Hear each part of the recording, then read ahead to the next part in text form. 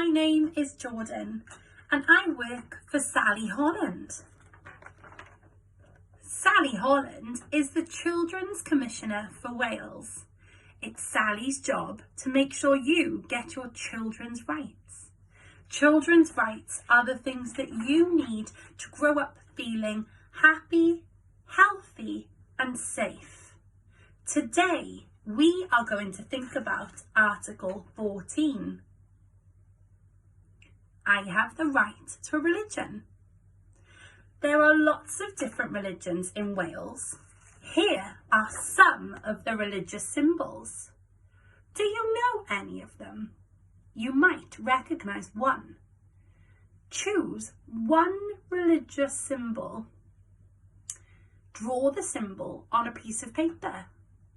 Work with a friend to find out more about that symbol. Share your drawing and your learning with an adult.